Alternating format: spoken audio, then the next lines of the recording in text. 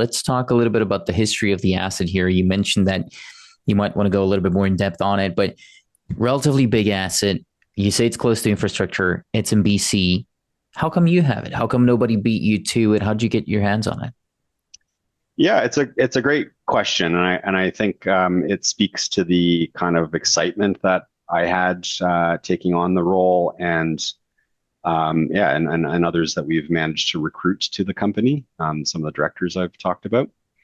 So I'll give you some historical context. I'll give you the short context first, like what's happened in the last few years, and then I'll give you a bit of a longer context for kind of how that came to be. So rewind to mid 2020, so middle of COVID.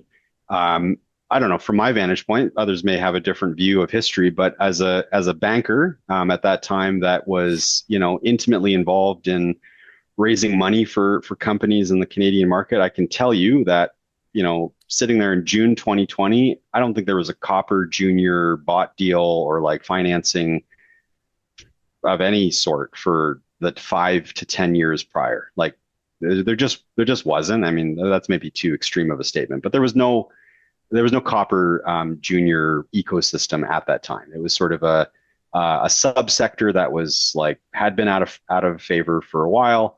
Most of the market was gold all the time, and there was kind of like some special situations around the edges.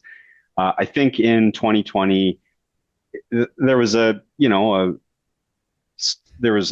new narrative forming around copper that has now been, I mean, it's consensus and it's familiar to most people. We don't need to go into it, but this is just energy transition related thematic and the role that that's going to play on copper.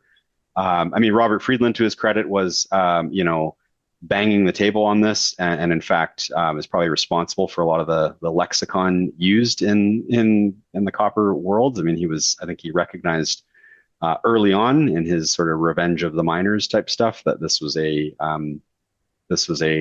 like a real fundamental investment opportunity that was forming. And yeah, and so we the idea that the insiders of SURG, or the people who are now the insiders of SURG had at the time was, look, let's look at a list of let's do a top-down screening exercise on known resources in a few different places, but like BC was obviously on the list, and the situation around what is now SURG just jumped out to us because you can kind of plot these things on a map, and you could have seen in mid 2020 that listed company SURG had a nice resource at Ootsa. This Berg project that Centerra owned, and I'll get to the longer history there, had also a compelling resource not too far away. And then there's like reserves in place at the Huckleberry mine that everyone kind of knew was on care and maintenance. So it's like you have a sort of cluster of stuff that kind of looks like it should go together to some degree. And so that was the back of the napkin opportunity. And so we got to work. We approached some of the folks at SURG at the time. The company was a little bit in cash conservation mode because, as I mentioned, there wasn't really a healthy market for these sorts of juniors for the several years prior. So Shane, as I said, he was a CEO before. He'd done a phenomenal job. I think he's a very smart guy and great steward of these things. He'd done a phenomenal job of staking ground, getting a lot of smart geology done efficiently at low cost, and keeping everything in a really good position. So there was no kind of option payments that needed to be made to keep the land package together. And, through notices of work and things like that, the kind of status of the claims was all like kind of way pushed out. So the operating, like the carrying costs of SURG at that time, like to just run the thing, was very low. And so it was in this kind of, hiatus mode.